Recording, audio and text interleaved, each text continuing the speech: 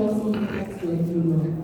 Telah hadir bersama kita para narasumber Bapak Abdul Soboi selaku Ketua HIPKI, Ibu Juju Ayati selaku Wakil Ketua HIPKI dan Bapak Presiden Pak selaku Presiden Direktur Jenderal Proposisi.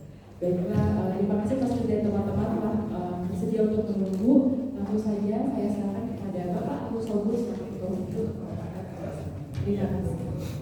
Baik, terima kasih. Assalamualaikum warahmatullahi wabarakatuh. Rekan-rekan media yang saya hormati, salam sehat selalu pada suara yang saya hormati, Mas Adi yang menjadi kelompok penggerak pameran ini pada masa ini, juga seluruh rekan-rekan dari Komite IFEK Diandra dan juga dari HIPKI, dan juga untuk Mbak Judus sebagai wakil ketua yang memang mengelola. Puji syukur pada Tuhan Yang Maha Kuasa. Alhamdulillah ternyata pameran hari keempat ini telah kita jalani dengan baik. Ya. Di hari pertama luar biasa sekali diguyur hujan. Ya, di hari kedua diguyur hujan. Sampai saya membuat statement di forum ya pada saat opening, hujan ini sebenarnya berkah. Dan ternyata benar pada saat saya dapat informasi dari beliau, Pak, ini terutama kunjungan dari buyer asingnya meningkat signifikan. Karena dedicated dari pameran ini untuk B2B, terhadap buyer tentu yang paling diharapkan memang itu. Tapi suatu saat kita ingin juga punya pameran yang memang dedicated untuk domestik gitu nanti, sehingga perdesakan manusia nanti di situ.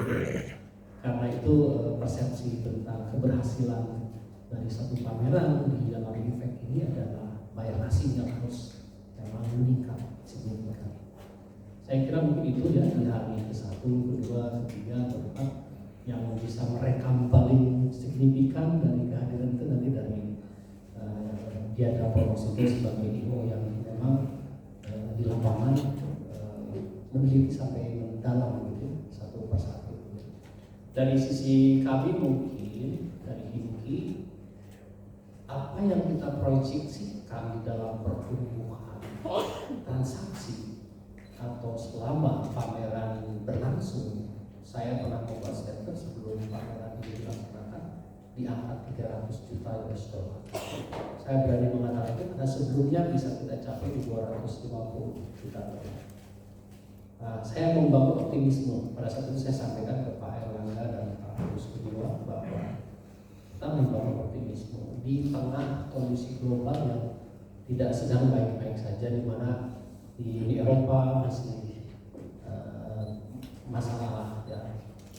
Di Amerika juga demikian, masih ada inflasi di mana-mana. Sama bagi di Timur Tengah, nampaknya semua cerita tentang kondisi ekonomi itu belum berakhir positif. Apalagi Amerika terakhir adu jotos misalnya Biden sama Trump ini, siapa yang menang juga ini masih membayang-bayangi situasi. Nah, di dalam negeri alhamdulillah sudah didekati kelar mungkin ya Pak situasinya, dan kita harapkan sebagai pelaku usaha makin cepat urusan politik itu beres, makin baik karena gerakan ekonomi akan berjalan. Nah, dalam kondisi itu saya membuat satu optimisme di dalam rangka pameran IFEK ini sebagai salah satu ajang terpenting. Saya istilahkan dengan teman-teman ini pestanya semua member HIPKI di sini yang bergerak di bidang industri mebel dan kerajinan. Jadi apapun hal yang inovatif kita jalankan di sini. Karena itulah ternyata bisa kita capai. Adapun mengenai berapa buyer yang datang nanti biar pada saat saja menyampaikan berdasarkan data-data yang muncul di lapangan. Saya kira itu mungkin Mbak Juju bisa menambahkan poin yang tidak atau terlewat oleh saya. Silakan Mbak. Ya, baik, terima kasih Pak Sobur. Selamat siang Bapak Ibu sekalian. Mungkin sedikit menambahkan apa yang disampaikan Pak Sobur ya mengenai antusiasme dari buyer itu sendiri yang tahun ini merupakan tahun pestanya HIPKI ya. Yang ke-9 dengan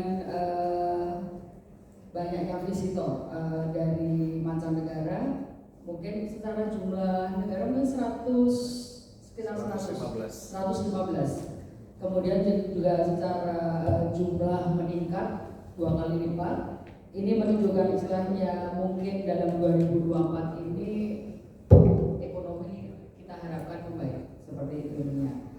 Mungkin sedikit profil dari apa yang eksibitor pamerkan ya di IFEX ini, lebih mengedepankan untuk bahwa produk-produk Indonesia ini istilahnya terkenal karena uniqueness dari materialnya ataupun dari craftsmanship-nya itu sendiri, yang menjadikan posisi IFEX ataupun produk dari Indonesia ini semakin banyak digemari dengan adanya isu masalah sustainable material, kemudian nantinya juga mulai tahun awal 2025 itu juga ada regulasi baru yang saya harapkan ini bukan menjadi hambatan ya Pak ya.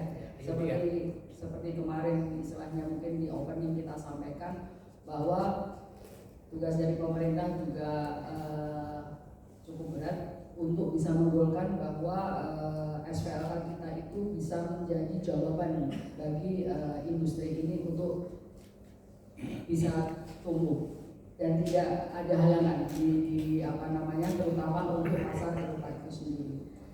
Kemudian untuk tren ya kehadiran dari buyer ini tetap seperti tahun sebelumnya, bahwa buyer yang visit itu secara kategori itu ada wholesale, kemudian project juga semakin banyak ininya, dengan mungkin berkembangnya pembangunan infrastruktur baik istilahnya di negara-negara yang berkembang.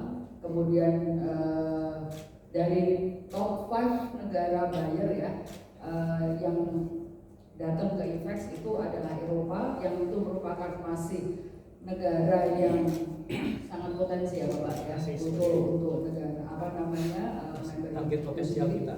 Kemudian Amerika, kemudian Australia, Cina.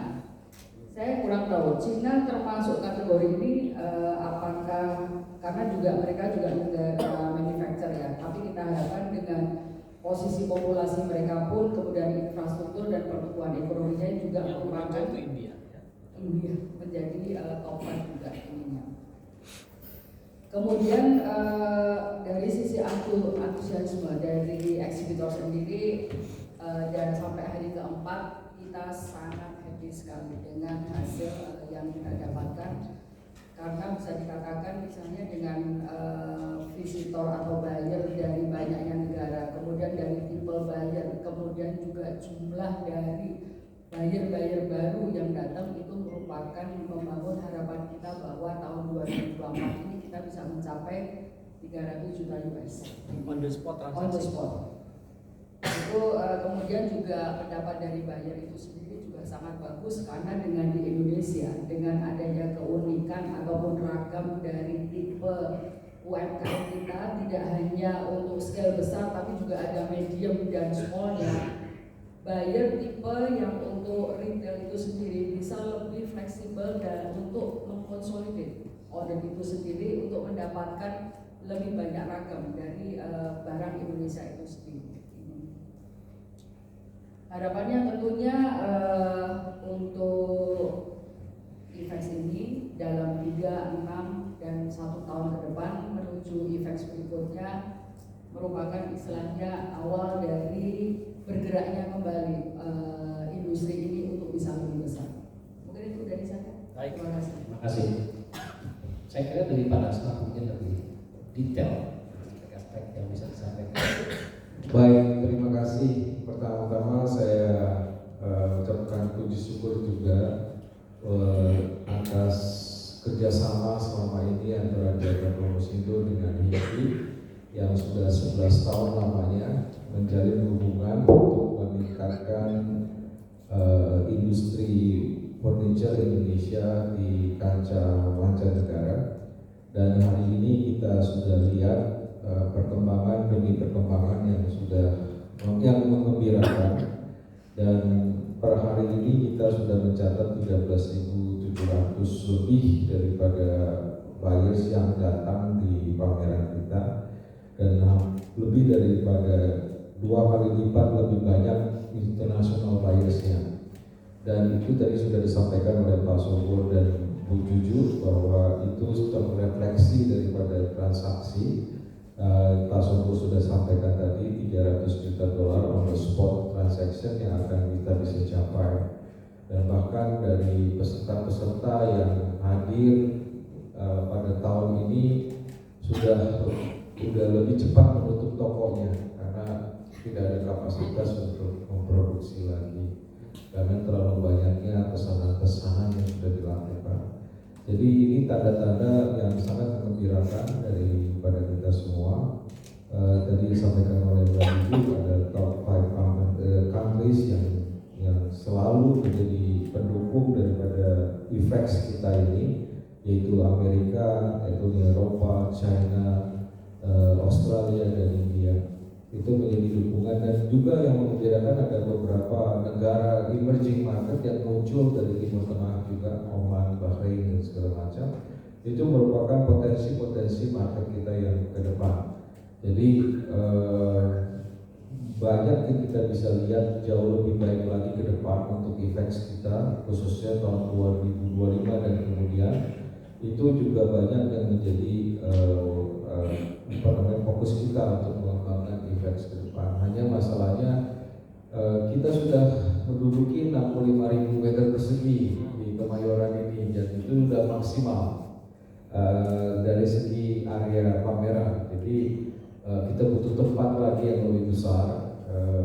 Semoga kita bisa memikirkan, mencari terobosan-terobosan bagaimana kita bisa mengakomodir peserta-peserta yang menunggu untuk masuk ikut tampil di pameran Effects 2025.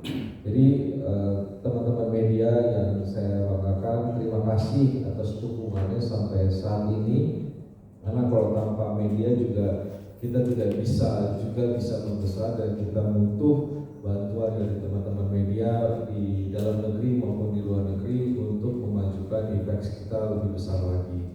Dan juga tambahan mungkin kenapa kita bisa bertumbuh, ya pertama ya karena kita punya uniqueness daripada produk-produk kita yang tidak mungkin bisa disamakan dengan negara-negara lain, khususnya di negara-negara ASEAN. Jadi kita harus tetap dengan bantuan HIPKI, saya rasa ini topoksinya HIPKI di sini untuk membantu desain-desain kita tetap unggul daripada negara-negara lain. Diandra dan Indi mungkin akan memfasilitasi bagaimana coba untuk meningkatkan produk-produk unggulan kita sehingga kita bisa tetap eksis di dunia, dan mungkin akan lebih besar lagi dan bahkan lebih sama setaraf dengan negara-negara kita, tetangga kita minimal. Demikian teman-teman, saya rasa dari saya mengucapkan terima kasih banyak selama 4 hari ini, bahkan sebelumnya mempromosikan Effects kepada Indonesia dan negara kancah dunia. Terima kasih. Terima kasih kepada para narasumber atas pemaparannya. Sungguh sebuah kabar yang menggembirakan sekali ya dari Effects ya. Semoga terus bertahan di tahun depannya. Baik, untuk sekarang kita buka sesi tanya jawab dari teman-teman media. Apabila ada yang ditanyakan kepada para narasumber, silakan kami buka pertanyaan.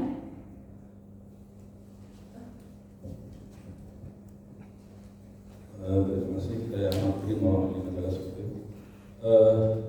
Tadi Pak menyambung soal tadi yang soal tren ya. Apakah ada sesuatu yang baru dibanding dan sebelumnya, misalnya modern, tradisional, misalnya itu apakah ada perbedaan atau tidak? Kemudian soal isu-isu yang ESG ya, kebetulan apa masih jadi kapan enggak, karena ini selalu seringkali jadi kendala, jadi catatan untuk bayar asing. Apakah sudah compliant belum misalnya untuk keberlanjutannya, itu apakah masih jadi catatan? Mungkin 2 hal itu. Terima kasih Bapak. Jadi kalau untuk keunggulan dari produk Indonesia sendiri itu kan dari materialnya juga craftsmanship-nya. Kemudian dengan talent istilahnya yang dipunyai oleh Indonesia, SDM kreatif dari Indonesia sendiri, yang kita tentunya dalam membuat desain itu kan pasti ada referensi. Jadi kalau kita bicara mengenai demand dari mix buyer dari banyaknya negara, itu sebenarnya kita bisa mengambil guideline bahwa track itu sebenarnya antara satu negara lain itu saling mempengaruhi Bapak ininya. Tentunya tergantung dari istilahnya project ataupun dari style dari tiap konsep dari buyer itu sendiri, mau mengambil yang kontemporer ataupun etnik atau segala macam. Tapi mungkin di dalam konsep desain yang sekarang, kalau kita lihat dengan dari internet ataupun Pinterest itu kan lebih sekarang memadukan banyak konsep dalam satu ruangan seperti itu.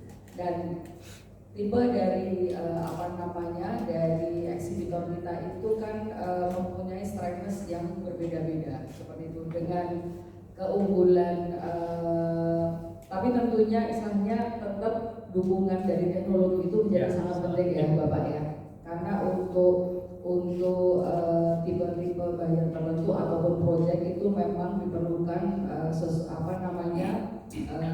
yang secara volume ataupun secara presisi itu istilahnya memang menjadi standar seperti itu intinya. Kemudian kalau untuk pertanyaan yang kedua mengenai regulasi yang terbaru, ini memang dalam proses istilahnya kita mempersiapkan ya Pak Sobur ya, karena ini juga secara sistem bagaimana aplikasi untuk menghadapi regulasi terbaru itu pun belum ada rumus yang pasti, ataupun kita itu harus mengisi istilahnya itu dalam sistem bagaimana, belum ada yang bisa menjawab. Semoga sih istilahnya di akhir tahun ini ada kejelasan. Tapi tentunya karena kita kalau bicara sebagai pengusaha itu kita dituntut sebagai megafor ya, tidak hanya handal di dalam produksi, kita juga handal istilahnya itu mempersiapkan diri untuk menghadapi bagaimana kita itu tiap perusahaan itu comply terhadap aturan terbaru ini. Saya optimis dalam ini juga optimis bahwa member kita dari sekarang sampai nanti akhir tahun kita sudah mempersiapkan diri untuk bisa comply dengan aturan terbaru itu.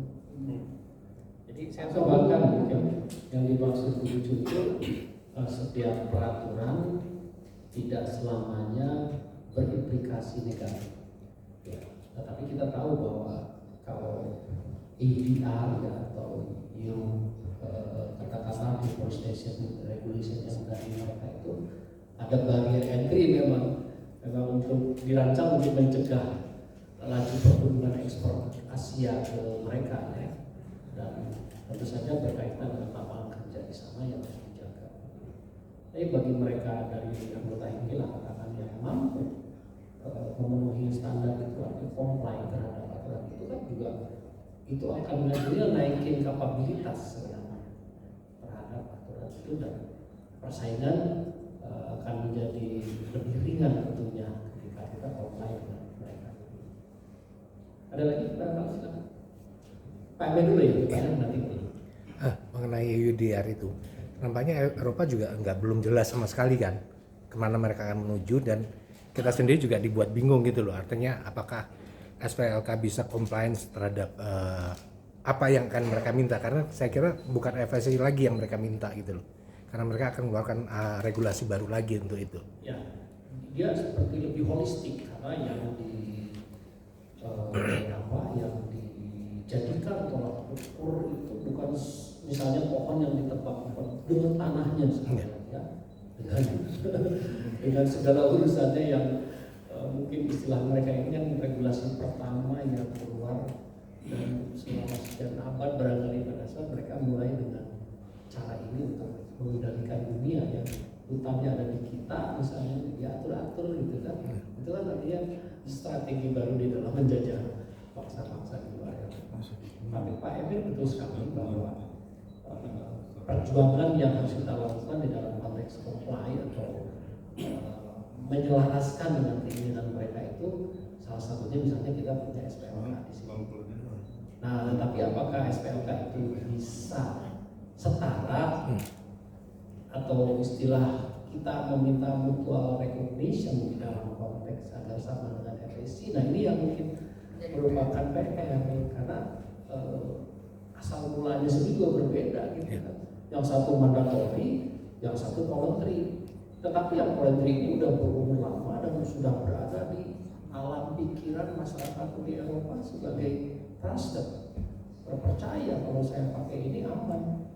Nah, kapan kita memperjuangkan misalnya SPLK itu untuk setara dengan itu kan harus dilakukan upaya-upaya yang khusus.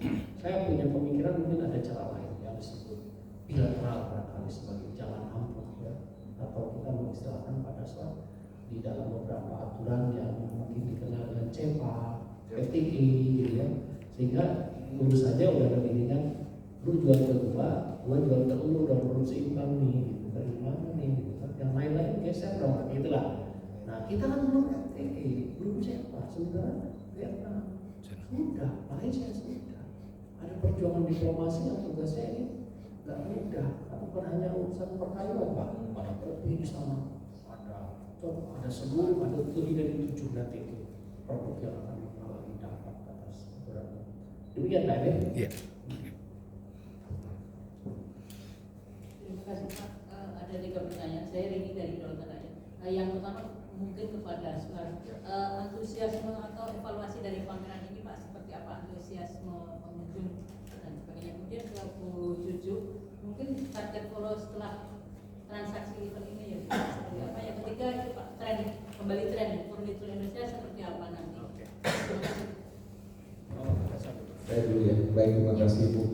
Antusiasme tadi yang sudah saya jelaskan, kalau dari segi angka data itu menunjukkan antusiasme yang sangat tinggi. Bahkan dari pertemuan-pertemuan kita dengan exhibitors, mereka sangat happy dengan kualitas buyers-nya. Dan dari buyers-nya kebanyakan mereka itu mengkomparasi pelayanan sejenis di regional Malaysia, Vietnam, dan Thailand di luar China. Mereka sangat apresiasi dengan adanya pameran di sini, dan ini merupakan mereka takjub dengan quality daripada line-up produk yang kita tampilkan. Yang kedua adalah dari segi infrastruktur kita juga cukup memadai, dan ketiga adalah organisasi daripada pameran ini udah bertaraf internasional, dan itu mereka sangat antusias, dan ini merupakan hasil kerja jeripayah kita selama 9 tahun Ibu, dan kita sudah bertumbuh kembali.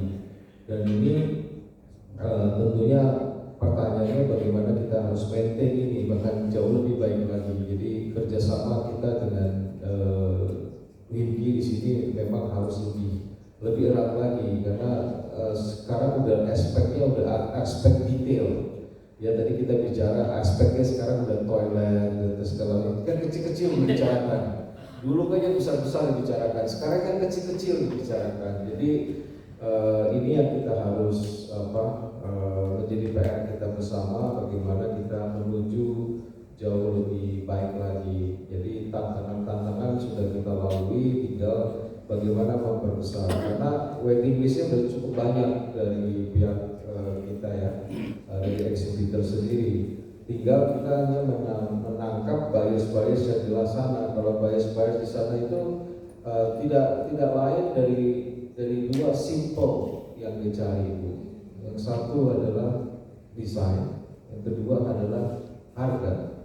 Jadi ini yang PR-nya kita ini, bagaimana itu bisa menjawab ekspektasi. Karena kalau di setiap marketplace ada ekspektasi. Nah, kalau ekspektasi biasanya dibanding-bandingkan kan gitu. Jadi inilah PR kita bersama. Tapi kalau kita organisasi kita, persahabatan kita, kolaborasi kita sudah membaik, nggak ada yang mustahil Bu, kita bisa menjadi pameran terbesar di Asia gitu. Terima kasih. Ya, nyambung mengenai follow up yang setelah IFEX, tentunya dengan gegap gempitanya visitor yang datang ke IFEX itu sendiri, saya kira setiap eksibitor yang ada di IFEX itu sudah mengantongi banyak sekali kartu nama yang mungkin secara potensi buyer itu cukup untuk hidup berapa tahun ke depan Bapak. Tapi kembali pada waktu kita kita pulang ke perusahaan masing-masing, bagaimana kita itu memfollow up dan seberapa cepat itu menjadi kunci kesuksesan dari keberhasilan transaksi yang kita targetkan. Karena mungkin secara kemampuan dari tiap perusahaan ataupun kapasitas itu berbeda-beda. Tapi saya kira dengan semangat para eksibitor yang mengikuti event ini, tentunya usaha mereka pun juga tidak mau sia-sia. Semua berbenah, baik istilahnya mungkin secara inovasi, desain itu sendiri yang juga itu bisa meng-attract buyer untuk datang ke event. Setelah kembali berarti ke masalah istilahnya internal perusahaan masing-masing, baik itu secara kesiapan, secara merespon dari semua inquiry yang masuk, itu merupakan juga menjadi kunci dari total transaksi pada akhirnya seperti itu. Jadi kembali ke masalah kemampuan dari perusahaan masing-masing. Makanya ada istilah on the spot transaksi. Ya.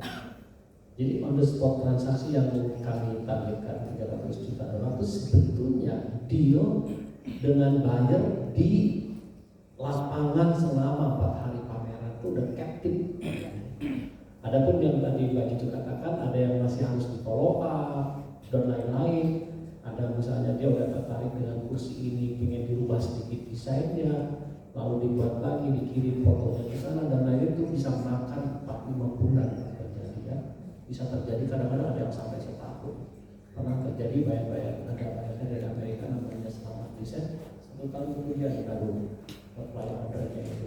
Nah kalau dengan transaksi itu bisa $1 miliar itu angkanya.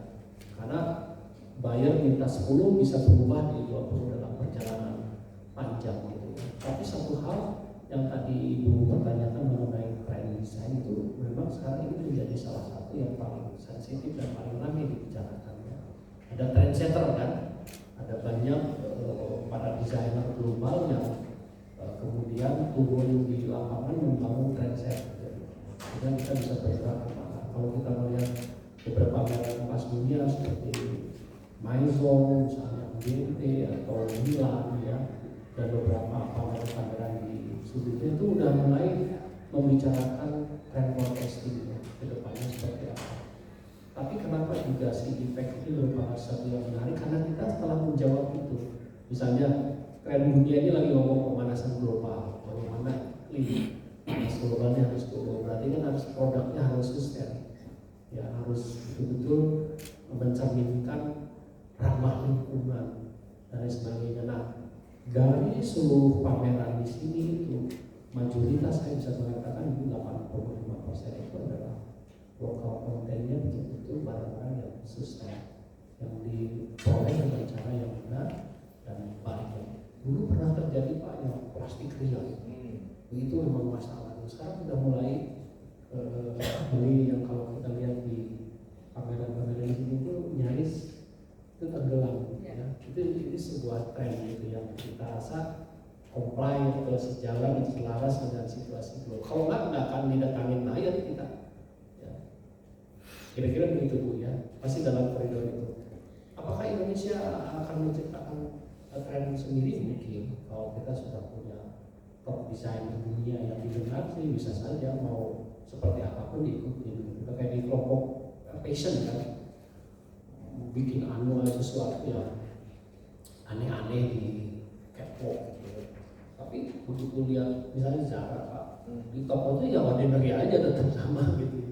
Untuk membangun image bahwa market harus diakui gitu. Saya kira itu sesuatu yang memang di dunia mebel atau furniture sekarang ini lebih ke passion sebetulnya ya. Berarti apakah ada penjelasan lain lagi? Monggo.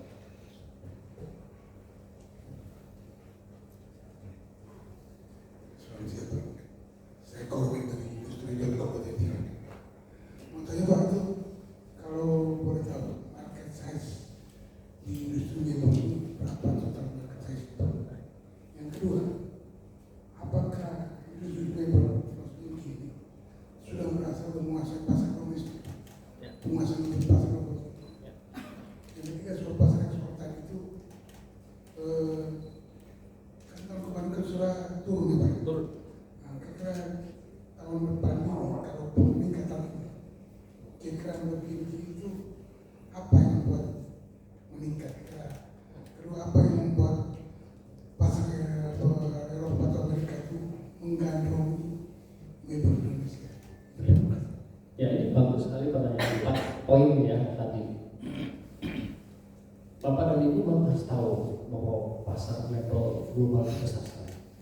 Ya, lebih dari 600 miliar dolar. Ya. Dan 600 miliar dolar itu mengalami pertumbuhan 5%. Ini baru saya update beberapa hari yang lalu dari KAFA dan dari KAFA itu Council Asia Furniture Association dan dari OFC, World Furniture Corporation yang datang pada saat pembukaan di pertama itu. Nah, tetapi pertumbuhannya di mana Pak? Ya, 600 miliar dolar itu Cina masih tumbuh. Jadi maksudnya penduduk Cina itu masih menjadi salah satu konsumsi terbesar dunia. Tapi yang lebih gila lagi sekarang ini adalah India mengalami pertumbuhan. Jadi walaupun dengan masyarakat yang masih jomplang antara kaya dan miskinnya, kan tetap semua mereka pada masuk ke rumah tangga tuh kepengen ada mebel, bahkan mau lesehan gitu enggak ada. Dingklik katanya orang Sunda bilang jodoh butuh Pak. Jadi memang lagi menciptakan pasar. Nah, memang di kelompok tradisional market mengalami penurunan. Misalnya di Amerika yang terbesar ya, market mereka yang terbesar kan masih Amerika itu turun. Kemudian juga di Eropa karena dampak perang dan sebagainya. Tapi kesepakatan itu implikasi di lapangan, kami meminta ke dalam hal ini mulai lebih banyak cawe-cawe ke wilayah emerging market seperti ke India, Middle East, Eropa, karena mereka mengalami pertumbuhan. Termasuk di wilayah Middle East kan mereka sedang membangun kawasan kota yang besar-besaran ya, termasuk Mesir, Saudi Arabia misalnya. Sekarang dengan apa namanya ada lain ya, the new gitu Pak, mau membangun kota yang begitu besar. Nah yang kedua, bagaimana pasar dalam negeri, itu salah satu poin yang saya mau mengatakan kita ini lemah sekali penguasaan pasar dalam negerinya. Karena buktinya impor kita udah mendekati 1 miliar dolar, hampir 15 triliun angkanya. Karena seyogianya kan pasar dalam negeri itu kita juga kuasai gitu ya. Tapi ternyata teman-teman dari Cina ini pintar pada saat memasuk pasar itu yang di kelas menengah bawah Pak, dapat gitu ya. Kalau misalnya kita bisa menyaksikan ada IKEA, ada Informa dan lain sebagainya gitu ya, barang-barang itu, dan itu domain mereka itu domain engineering produksi yang sangat masif. Kalau kita bertemu di situ pasti kalah kita, kalah harga itu lewat gitu ya. Jadi lucu, kita jagoan ekspor gitu ya, dalam negerinya kita keok gitu ya. Mudah-mudahan dengan ada yang disebut TKDN gitu ya, paling tidak di kelompok government dengan APBN itu masih bisa didapatkan oleh kita, karena TKDN-nya lebih besar gitu ya. Kalau kurang dari 40% tidak dibeli. Maka masalah besok kami akan menggelar pameran TKDN, ikut serta ikut lelang. Mulai nih Pak, belajar jangan jago ekspor dalam negeri kurang. Saya akui Pak itu ya. Terus yang ketiga tadi Bapak mengatakan apa Pak? Yang paling spesifik tadi? Karena sudah terjawab. Ya, pertumbuhan. Ya, pertumbuhan itu bisa kita bayangkan Pak. Optimisme dari hari ini saya punya bayangan harus mengalami pertumbuhan. Karena kalau pertumbuhan itu tidak terjadi, kita akan memasuki satu fase di mana sulit bangkit lagi. Ya. Ibaratnya kalau udah terpuruk itu lebih sulit bangkit. Penurunan 28% di tahun ini penurunan terdalam sepanjang sejarah industri mebel dan kerajinan. Karena dipicu bukan oleh internal, tetapi dari eksternal yang juga kuat ya, seperti perang dan lain sebagainya. Seperti ekonomi ini mengkerucut gitu ya.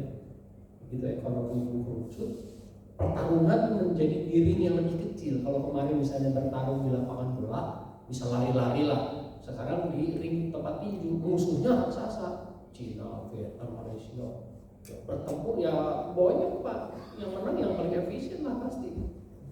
Itu yang terjadi gitu ya. Tapi dengan jurus-jurus yang tadi disebut trend market, design, value added yang lebih tinggi atau value creation yang dimiliki oleh kita, eksotik produk seperti rotan, kayu dan yang lain-lain dengan teknik ukir yang khusus, anyam yang tiada tara, kita masih punya ceruk yang bisa dipertahankan. Itu yang kami dorong di event ini, sehingga mungkin akan mengalami pertumbuhan bisa tumbuh 10-15% tuh alhamdulillah luar biasa buat kita semua ini. Saya menjanjikan pertumbuhan itu akan terjadi. Begitu Pak. Pertanyaannya tanya dunia. Terima kasih Pak Sobor atas penjelasannya. Untuk teman-teman apakah saja? Kita terakhir ya, ini satu pertanyaan terakhir. Terima kasih. Saya Atik dari Cakta News ID.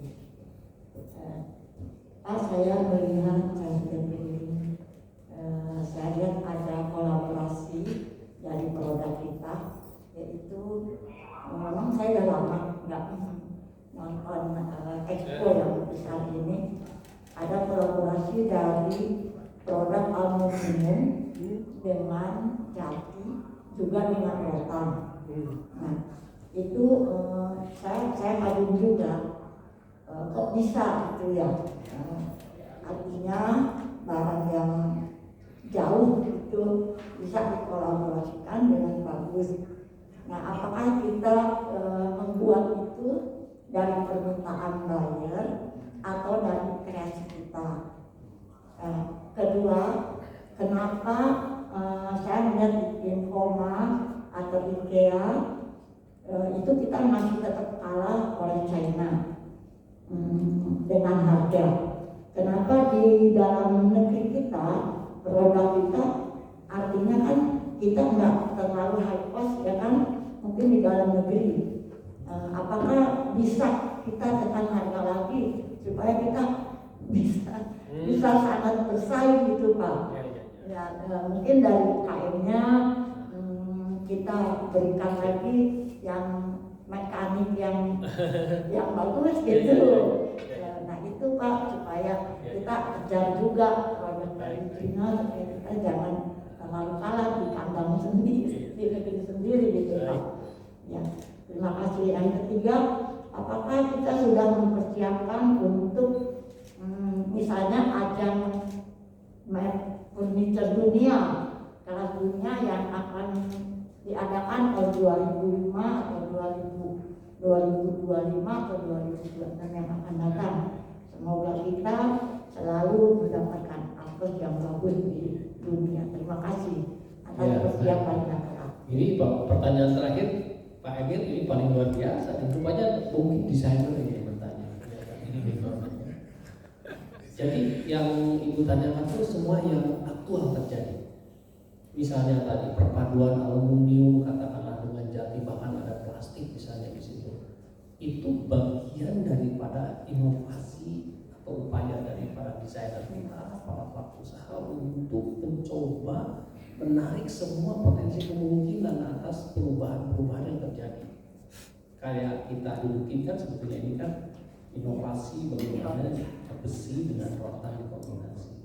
Tadi aluminium dengan plastik, silahkan gitu ya. Tapi tetap kalau mau unggul domain kita itu harus yang natural produk kita punya. Karena kalau besi ini masih ada kandungan impor yang sangat besar, pasti mahal. Ya. Jadi kalau saya boleh mengatakan kepada teman-teman semua, kalau mau unggul harus di comparative advantage, sesuatu yang diberikan oleh Tuhan atas keunggulan bangsa kepada kita, bertempurnya di situ aja. Ya, makanya sekarang lagi tren yang bagaimana program lingkungan.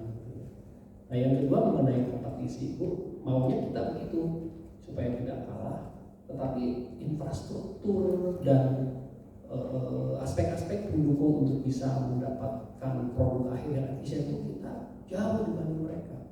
Ya. Boleh saja UMR Cina lebih mahal dari kita, tapi speednya mereka bisa 3 kali lebih cepat dari kita. Ya, sehingga kita kalau dikombinasikan di jumlahnya kita kalah efisien. Ya, contohnya misalnya listrik kita mahal, ya, termahal di dunia, bunga bank termahal di dunia. Ngomong satu aja bunga bank ya, mereka 6% paling tinggi, 4% sekarang masuk ke 2%. Ya Bu, apalagi kalau di negara-negara seperti Jepang udah di bawah 2%. Kita 11%, 12%. Dari situ aja kalau disuruh lari udah kalah. Jadi artinya perbankan pun nggak menemukan Bukan, ya. ya. Jangan komersial gitu. Ya, jadi sebenarnya itu baru ngomong dari satu ya. Belum tadi ngomong mengenai infrastruktur ya. Infrastruktur itu coba handling charge itu ya, dari pabrik jalan kepada ke bandara ke airport itu kita bisa berapa 4 juta 5 juta di sana Cina 600.000 handling charge naik ke atas dari kita bisa $90 dia mungkin $25 $30 dari semua sisi. Jadi untuk bisa seperti itu butuh negara hadir di sini membangun efisiensi. Satu lagi yang lebih menarik lagi ya, ada insentif yang disebut kalau ada devisa yang masuk ke dalam satu negara yang disebut Cina ini, dia mendapatkan penukaran yang berbeda dengan harga kalau publik bukan dolar, lebih mahal, lebih murah lebih serius. Nah dalam hal ini ada angka kalau dikuantifikasi itu lebih sebagai insentif untuk membuat efisiensi terjadi. Belum di dalam produksi di pabriknya ada proses pengulangan masih banyak terjadi. Di sana sudah campur tangan teknologi yang ibu katakan itu sangat tinggi. Ya walaupun istilahnya penduduk Cina itu banyak, mereka juga menyarankan seefisien mungkin kalau bisa manusia itu jangan terlalu banyak bekerja, robot aja lah kira-kira gitu. Jadi kalau kita mau berperang lumayan Pak, berat kita bertempur gitu ya. Jangankan istilahnya dengan Cina ya. Vietnam aja yang melakukan relokasi industri dari Cina, ini pun sudah begitu tangguh. Dia sudah mencapai apa? Mendekati $20 miliar. Kita baru ngomong $3 miliar. Jauh. Karena kita punya ambisi kan 5 miliar. Demikian Bu, semoga bisa menjawab ya. Kurang lebihnya saya mohon maaf atas segala yang terjadi dan semoga apa yang menjadi kekurangan kami bisa kami perbaiki.